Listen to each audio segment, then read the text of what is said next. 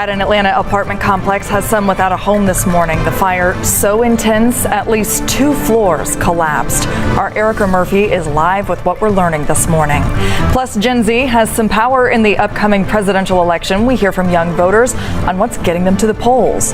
Plus, tomorrow, commissioners meet about the next steps for the Fulton County Housing Authority. This comes after a number of allegations against the agency.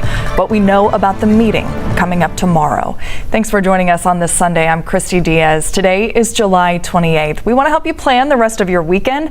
So let's take you live outside to North Georgia. A cloudy day there. Still a beautiful view from up in the North Georgia mountains.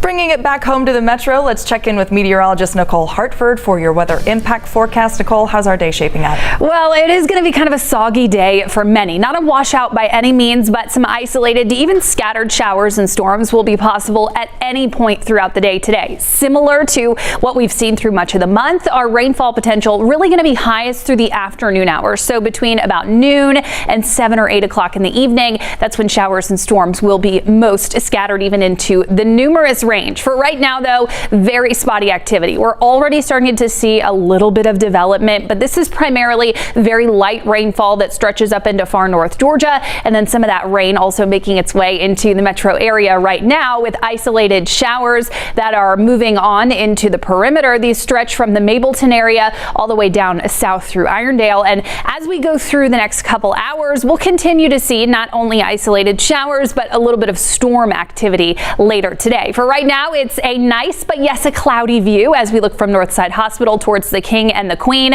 Current temperature in Atlanta, 76 degrees with that light rainfall ongoing. In addition to the rain and the clouds, there is some patchy fog in a few locations. It's not too dense, so it shouldn't pose too many issues when it comes to visibility and driving, but I would still say just keep an eye out. Right now, our densest fog is up into far North Georgia, of course, in the mountains, and then right now in Peachtree City at 4 miles. This could also lead to a little bit of a light mist, so for many of us, it's not a dry morning. Temperature-wise, right now, we're sitting in the 70s, 76 in Atlanta, 75 in Marietta, although we're at 69 degrees currently in Canton, 68 in Blairsville. Through the next few hours, rainfall will start to become more widespread, again, with isolated to scattered thunderstorms expected through the afternoon. So if you have those outdoor plans, be sure to keep an eye on the radar, especially if you're going to be out at the pool or the lake, and if you hear thunder, go indoors. Temperature-wise, not as warm today. Still going to be warm, still going to be muggy, but highs will again be below average. Only mid-80s expected thanks to the cloud cover as well as the rainfall potential. We've got another couple days of these afternoon showers and storms in the forecast, but those rain chances will start to diminish as we go into this upcoming week. So I'll have all the details on that coming up. Christy. All right, Nicole, thank you. Right now, several Atlanta families are trying to figure out where they will go after a fire ruined the Bell Collier Village apartment complex. Our Erica Murphy is live on Howell Mill Road, where that complex stands, with a look at where things stand right now. Good morning, Erica. And Christy, you know what? It is really astonishing this morning to be here next to this building. You can still hear the sound of the fire alarms going off, and you can also still see water is rushing from this building onto the street and into a drain. We just a few minutes ago saw a few firefighters walk by. We're on the back side of the Bell Collier Village apartment complex, where Atlanta Fire and Rescue says it will be at least 48 hours before the damage from this fire can be assessed, and it can be determined if residents will be allowed inside. Atlanta Fire and Rescue says at least 2 floors collapsed on the north side. They weren't sure how far the structural problems had spread, but one resident we spoke to on Saturday said the damage he saw was very extensive. It's completely flooded from the fire department putting out the fire, and when we came out, it looked like one of the apartments was like exploded or something, like just completely destroyed. And Atlanta Fire and Rescue has not shared exactly where this fire started or what may have sparked it. We also know that the Red Cross has stepped in to help some of the residents here. Of course, we're going to continue to check in with Atlanta Fire and Rescue to get a time frame on when and if residents will be able to return to this building. Reporting from Atlanta, Erica Murphy, 11Alive News. In those cases, if it's not fire or smoke damage, it's water damage. Erica, tough cleanup this morning. We are still working to learn more about how many people the Red Cross is assisting. Right now, we're working to get an update on a shooting involving an Atlanta police officer. It happened as officers responded to a domestic call on Peachtree Street in Midtown. Right now, it's not clear what led to the shooting. We do know the officer was not hurt. The man involved was taken to Grady Hospital. Police were on scene investigating up until early this morning. We are working to get more answers. Deputies in Newton County also investigating a shooting. The sheriff's office says they got calls from Porterdale Bar and Grill around 9:30 last night. We're still waiting on officers to give us information about what happened there, but we do know the bar and grill will be closed today and plans to open back up tomorrow. Here's an update to a story we first brought you Saturday morning. We're learning more about the plane crash that killed 3 members of a popular gospel music group based here in Metro Atlanta and a Georgia state official. That plane crash killed 7 people total. According to a statement, Kelly Nealon Clark, her husband Jason, and their daughter Amber Kistler died in the crash. Their second daughter, Autumn, was not on the plane. The 4 together made up the family musical group, the Nealons. Several others on the plane also died, including the pilot and his wife, Larry and Melissa Haney. Larry Haney was the chairman of the Georgia Department of Corrections Board. Governor Brian Kemp released a statement saying in part, Larry had a valued career in public service and his impact on our state will not be forgotten. Right now, the National Transportation Safety Board is investigating what caused the plane crash. Today marks 3 years exactly since a gruesome murder at Piedmont Park that remains unsolved. 40-year-old Katie Janess was killed on the night of July 28th. She had gone out to take her dog for a walk. Surveillance video shows the last time she was seen alive crossing the Rainbow Crosswalk. She and her dog were found stabbed to death near the park's Charles Allen entrance. Right now, Atlanta police say the investigation is ongoing. As of today, there are now 100 days until Election Day. And today, the Trump campaign is hosting a national day of training to teach volunteers how to protect the integrity of the election. We know Georgia GOP Chairman Josh McCoon will be part of the event here in Metro Atlanta, which is happening in Dunwoody. The former president and his running mate held a rally in St. Cloud, Minnesota last night. This happening just after he headlined the 2024 Bitcoin conference in Nashville. Both Mr. Trump and Senator J.D. Vance criticized the Biden-Harris administration, specifically calling Harris a, quote, extreme liberal. She was a failure at every stop. She was a failed vice president. She was a horrible district attorney. She destroyed San Francisco. In 2 days, Vice President Kamala Harris hits the campaign trail here in Georgia as she campaigns for president. Today, the Harris campaign is opening a new office in our area. They're dubbing this the Weekend of Action. The new office will be located in Cumming. We know Kentucky Governor Andy Beshear will be part of the event celebrating the new office.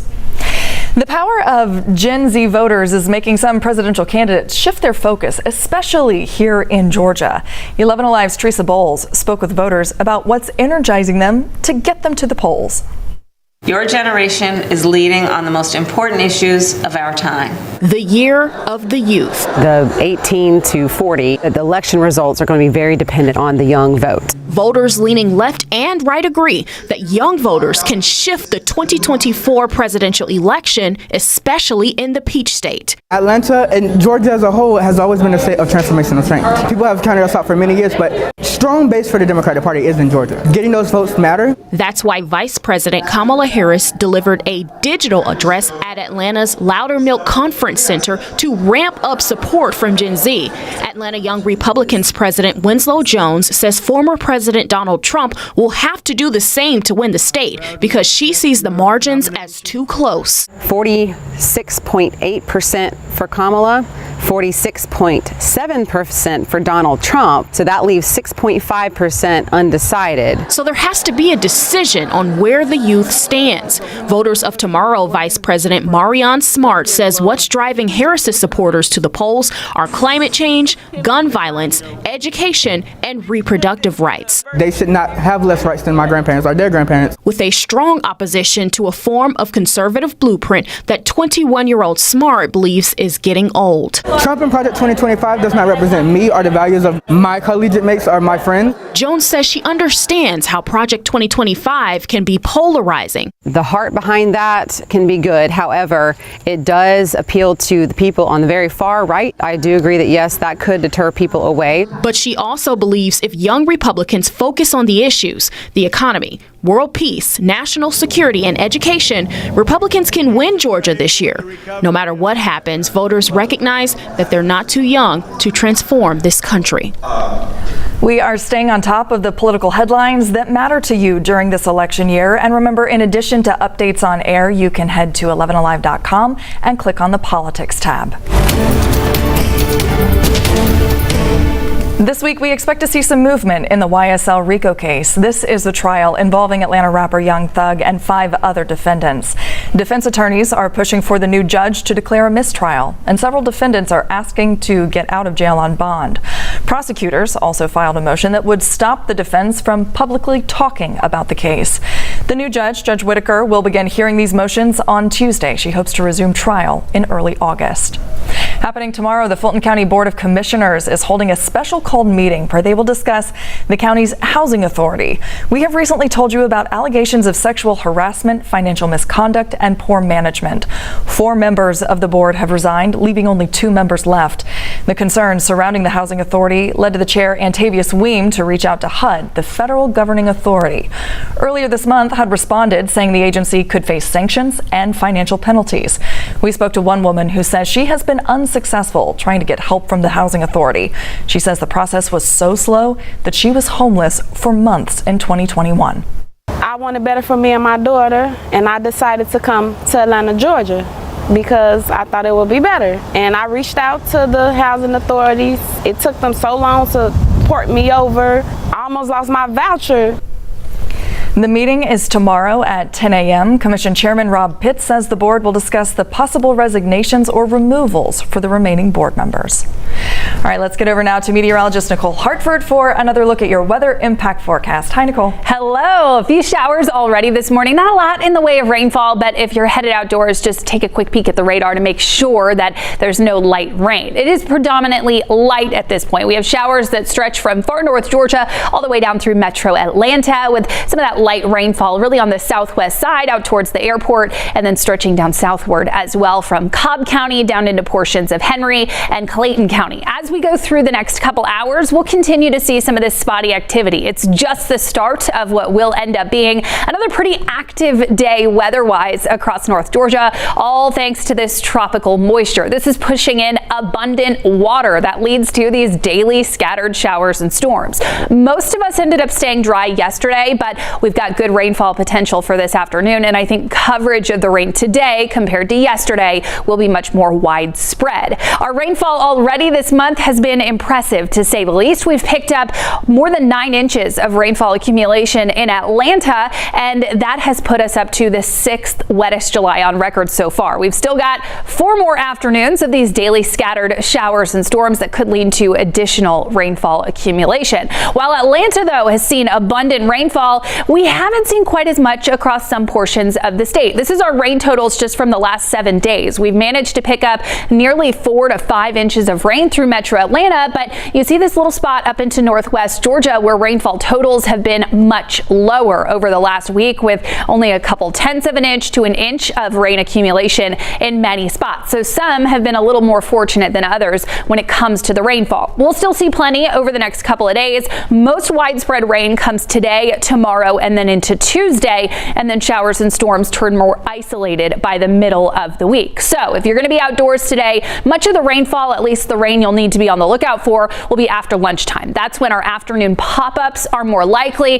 That's when the showers and storms could produce heavy rainfall as well as lightning and gusty winds. So if you see any standing water on roadways and you're driving, don't try to drive through it. If you're outside and you hear thunder, just take it indoors. For the most part, no severe weather is is expected, just heavy rainfall and some pretty noisy thunderstorms. Forecast track shows activity staying hit and miss through the morning hours. Again, some spotty showers possible, but it's really after about 1-2 o'clock that things really start to pick up. That's when we see more of the oranges, the reds on the radar, indicating the heavier rainfall, and when coverage of these showers and storms will be the most widespread. There is a lot of moisture in the air, which could lead to rain even lingering into the overnight hours tonight and early tomorrow morning. This is by 11 o'clock. Our forecast model still showing some good rain coverage overnight and early tomorrow. A couple isolated showers still lingering. Now, I know a lot of us not thinking about that first day of school yet, but Newton County schools do go back tomorrow. So if your kid will be getting off to the bus stop tomorrow morning, you may want to get that umbrella just in case, as we could still have a few isolated showers lingering. For the most part, though, will be dry in the morning hours. Temperatures today stay mild, mid-80s, thanks to the cloud cover and the rainfall. We're on the rise, though, as we move into the middle of the week. Highs are back up into those mid-90s by Wednesday and Thursday. Rain chances, however, not going anywhere. They'll go down to only 20 to 30% for the second half of this upcoming week. Crash.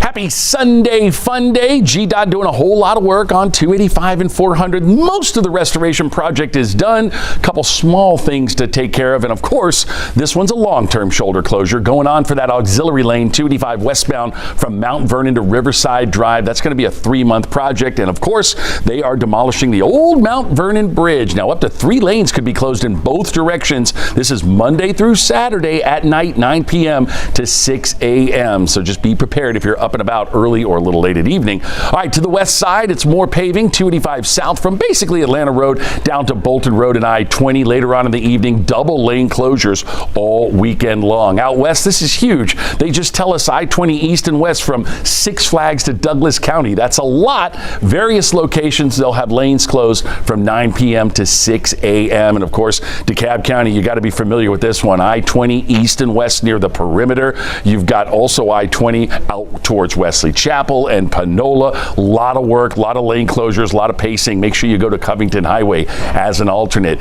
Airport happenings, wet weather restriping on 285 east and west from Riverdale Road to 75. This is a rolling closure late at night from 9 p.m. to 5 a.m. And well, 85, you're not quite done yet with the milling and paving. 85 North Pleasant Hill up to Old Peachtree. That gets you in various lanes from 6 p.m. to 6 a.m. Please watch your speed in all those work zones. Phones down, pay attention, stay weather aware with that free 11Alive app, and of course, go Team USA. Have a great Sunday fun day.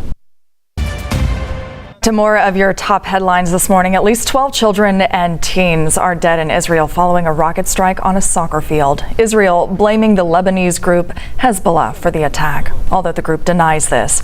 Right now, Israel's Air Force says it has hit back following the attack. Israel and Hezbollah have traded fire almost daily since the war in Gaza began back in October.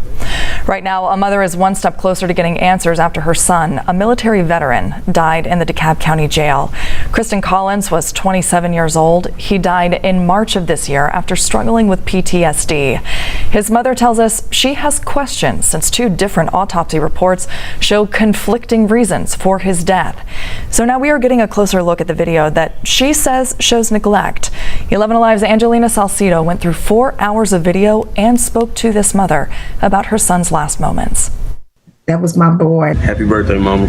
This is her last memory of her son. But I know you got. I will definitely cherish it for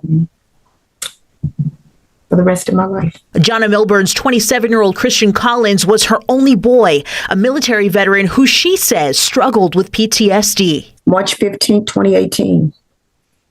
And he died March 15, 2024, 6 years to the day. Christian died in the DeKalb County jail. Unfortunately, he never received the adequate and timely care. Milburn says the neglected detention deputies and the system caused her son's death. She's been fighting for this video of him in jail to be released. The importance of having it released is to get some answers as to why no one was there to help my son. The DeKalb County Sheriff's Office released 2 different angles of cameras in the area where Christian was housed. In the 4 hours of surveillance video, no deputies are seen responding. At 4:10, Christian comes out of his cell. 20 minutes later, he falls by the phones on the wall and several inmates come to check on him. They bring him into cell 206 a minute later. According to documents, 3 hours would go by without deputies coming to check on him. It really bothered me because the state that my son was in, I've seen him like that before. But the difference is I've seen him like that at home, and I've also seen him like that in the hospital. Milburn says had he gotten the help and medication he needed when she and Christian's doctor suggested, he would have still been alive. Just let him lie there for all those hours. It's heartbreaking. In DeKalb County, Angelina Salcido, 11Alive News. The Sheriff's Office continues to express its condolences to the Collins family. However, they will not comment on Kristen's death because of potential legal action. Meanwhile, DeKalb's District Attorney Sherry Boston says they are now investigating after new information raised concerns about the circumstances surrounding his death. A man is behind bars charged with murder in the death of his girlfriend. Roswell police say they arrested 32-year-old Juan Bruno on Friday. Police say they got a call around 8:30 that morning. A relative told them Andrely Rodriguez was found dead at the Champions Greens apartment on Belmont Drive. That is just off Holcomb Bridge Road. Less than 2 hours later, police arrested her boyfriend during a traffic stop.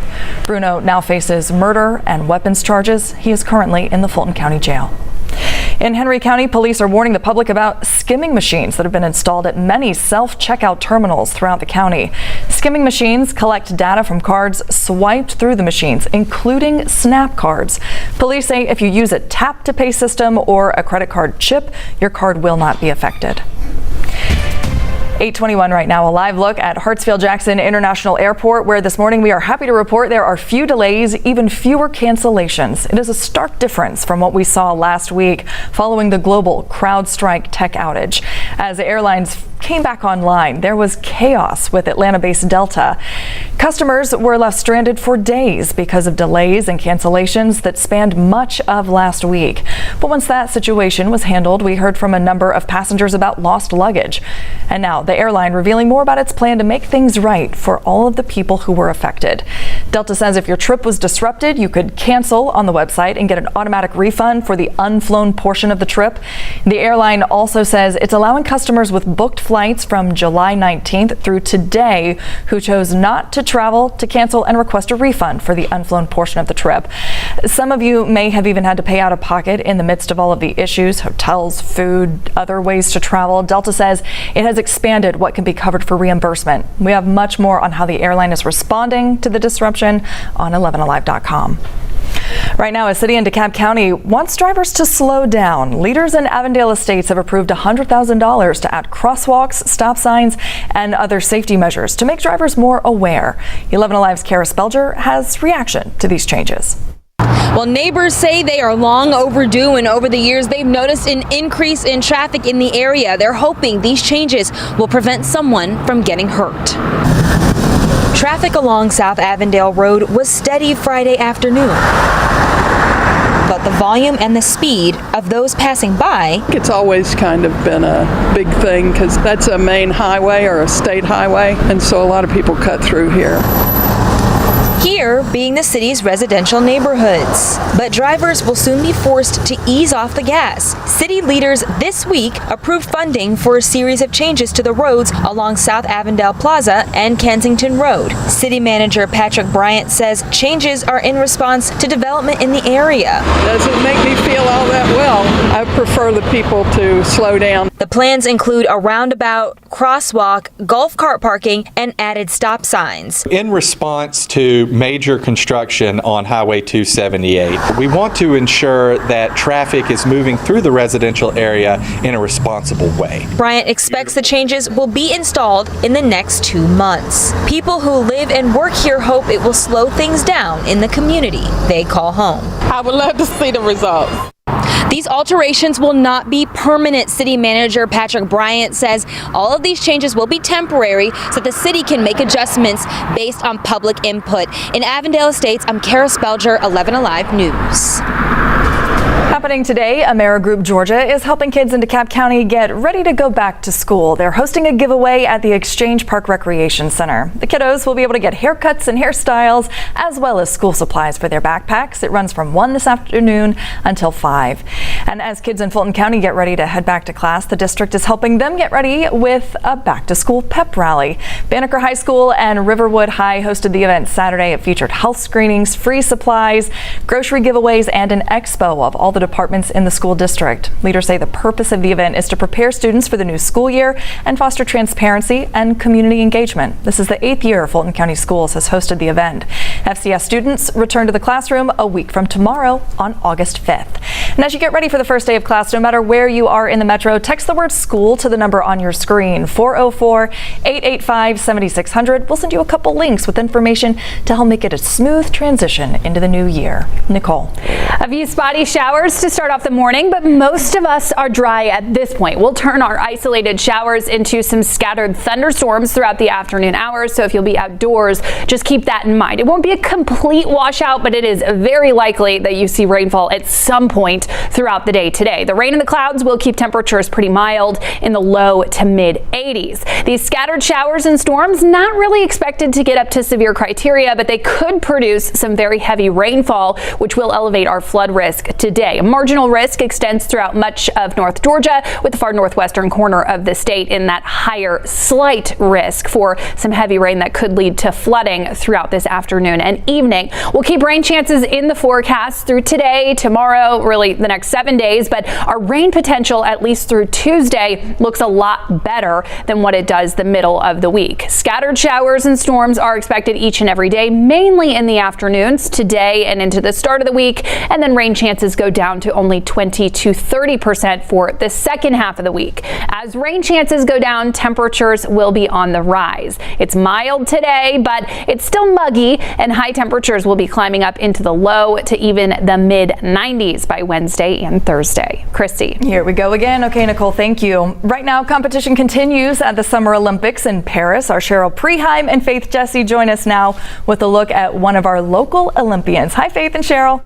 Hello from Paris. Cheryl Preheim here with Faith Jesse on another huge day for USA Swimming and a huge day for an Olympian who both is from Georgia Tech and UGA. We're talking about Nick Fink. He made the finals. He's going to go for a medal tonight. And he's hoping for another medal, and it's a swimming career for him that started in Georgia. One thing was certain, all those years, Georgia was home to world champion swimmer Nick Fink. I will be doing laps in the pool. Athens was where it started, competing through college, then preparing for the Summer Olympics in Tokyo with the UGA pro team. Share it with some of my Georgia teammates, which is awesome. After the Summer Games in Tokyo, Nick moved to Georgia Tech to study for a master's degree in computer and electrical engineering and to keep up his training with the team there. He is a very unique person to come here to get a master's degree while training and continue to achieve and want to reach his goals. He's quiet and kind and humble, and then something switches and he's so fierce in competition. And claims the United States' first gold medal of the championships. Nick Fink is riding a big wave of momentum from the 2024 Olympic trials. Nick Fink to the wall, he'll get it done. And he and his wife Melanie, another Olympian from UGA, will soon welcome their first child. It'll be a new journey for me. I'm looking forward to it. What a summer already, and more to celebrate ahead. You know, we had a chance to talk to Nick at a press conference, and we talked about the fact that he went to two schools in Georgia that have a big rivalry, Tech and UGA. And that question got a little bit of laughs. He said it was a loaded question, but he answered it in diplomatic fashion. Yeah, I definitely want to attribute credit to both schools equally in that sense. Unless someone's going to get mad, I go one way or the other. So definitely learning experience for me for my journey. You know, we've talked a lot about this is a guy balancing a lot in his life. He's an engineer with a full-time job. He just got married. He and his wife are about ready to have a baby. Yes. So no matter what happens in his race, he's thinking about becoming a dad. Absolutely. We love to see it. We are wishing him the best of luck. No doubt. All right, we'll send it back to you. No doubt he's got a lot to celebrate no matter what happens at the Olympics. Guys, thank you. Cheryl and Faith will continue to cover all of our local Olympians in this year's games. Remember to stay with us for updates. Now, before we wrap things up, we want to remind you, because of the Olympics, 11Alive will be back on the air tonight at 6, and then again later this evening after Olympics prime time. We will continue to stream right here for the next 2 weekends at 8. But this will be my final show here at 11Alive. It has been a privilege to be with you the last 7 years, and I'm grateful you brought me into your home each weekend. I hope you will come back to 11Alive for the news tonight at 6. But in the meantime, signing off for the final time, I am Christy Diaz. I hope you have a wonderful weekend.